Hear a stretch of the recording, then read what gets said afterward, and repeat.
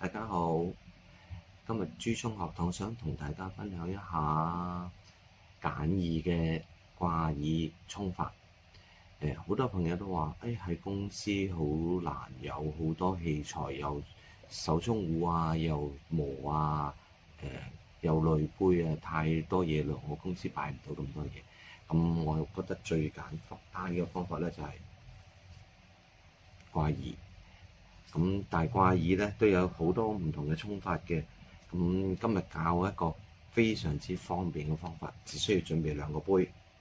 OK，首先搣開個掛耳，我哋準備兩個杯，一個你平時飲嘅杯，OK，跟住一個量杯。首先搣開個掛耳，倒晒個咖啡粉落去。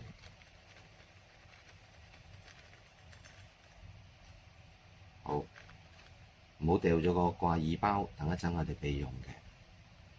好，跟住我哋再落呢個91度嘅水，倒到150ml。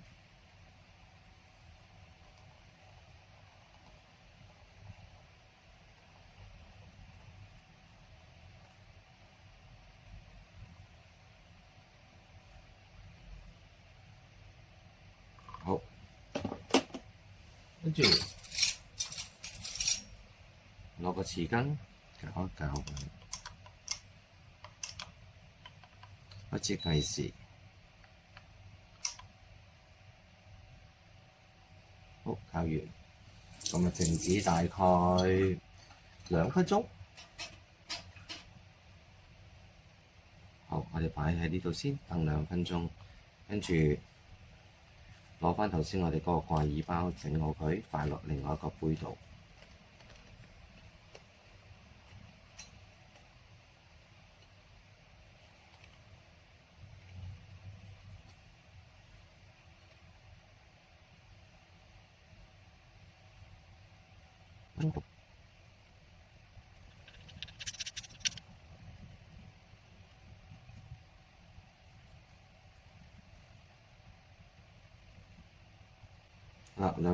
2分鐘過咗之後，我哋就將頭先浸個咖啡倒翻落個掛耳包度。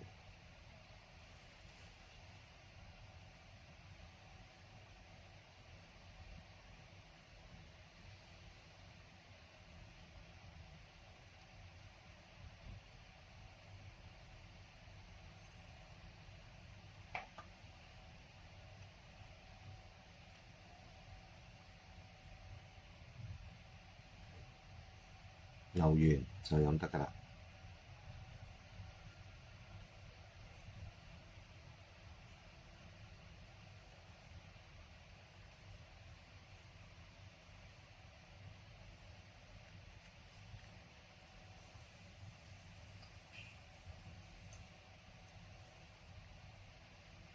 好，今日嘅簡易嘅掛耳嘅沖法就完成咗啦。咁大家可以試下，我試下味先。